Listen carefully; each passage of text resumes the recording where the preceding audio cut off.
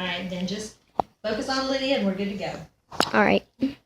Hello, everybody. My name is Lydia Hannaman. I'm a student at Northwest Mississippi Community College, and I'm here today because I want to share just a few words about someone who is very dear to me, my Aunt Susie. She was diagnosed with stage 4 ovarian cancer several years ago, about 4 years ago, and I would just like to share a few words about her journey. Now, most people, when you hear the word cancer, you think, oh, that can't happen to me, or that won't ever happen to me, I'm healthy as can be. Or if you're diagnosed with it, you think, well, this is I've reached the end of the world. This is not always true. My Aunt Susie appeared to be the picture-perfect image of health prior to her diagnosis. And today I want to talk to you about her diagnosis, her treatment, and her remission. As I previously mentioned, her diagnosis was stage 4 ovarian cancer back in 2010.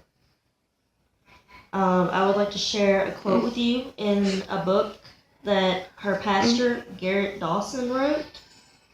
And she is quoted in this book, and I would just like to share this with you.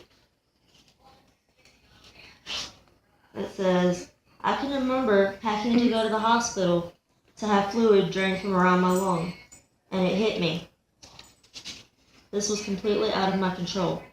I just lay on the bathroom floor, staring at the ceiling, crying out to the Lord.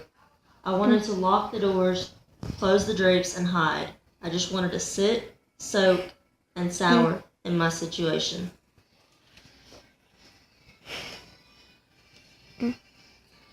Now, when I first heard her diagnosis was stage 4, I didn't think she would live. I didn't think she would live to see her middle son get married. I didn't think she would live to see the birth of her first grandson. I didn't think she would live, period. She did what any person would do that has just been diagnosed with cancer. She prayed about it. She prayed hard. She fought hard. I did not take this news well because I lost my grandmother to lung cancer back in 2006. Her treatment was intense, very intense chemotherapy every few weeks. She would have her good days, and then she would have her bad days.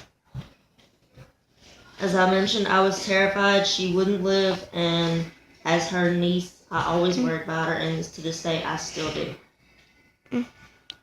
Now, with her remission, I would like to share another quote with you.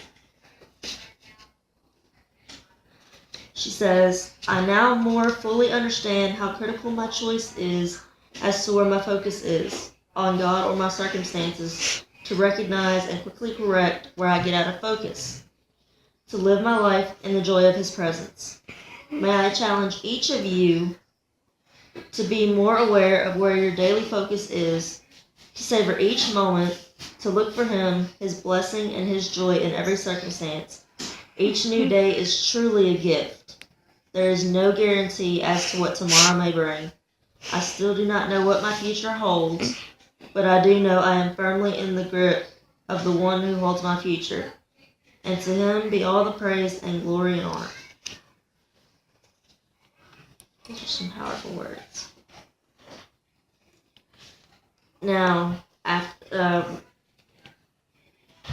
I mentioned earlier, she did not think she would live to see her middle son, my cousin Douglas, marry the love of his life, Lauren, who he met in med school. She did, in fact, live to see him get married.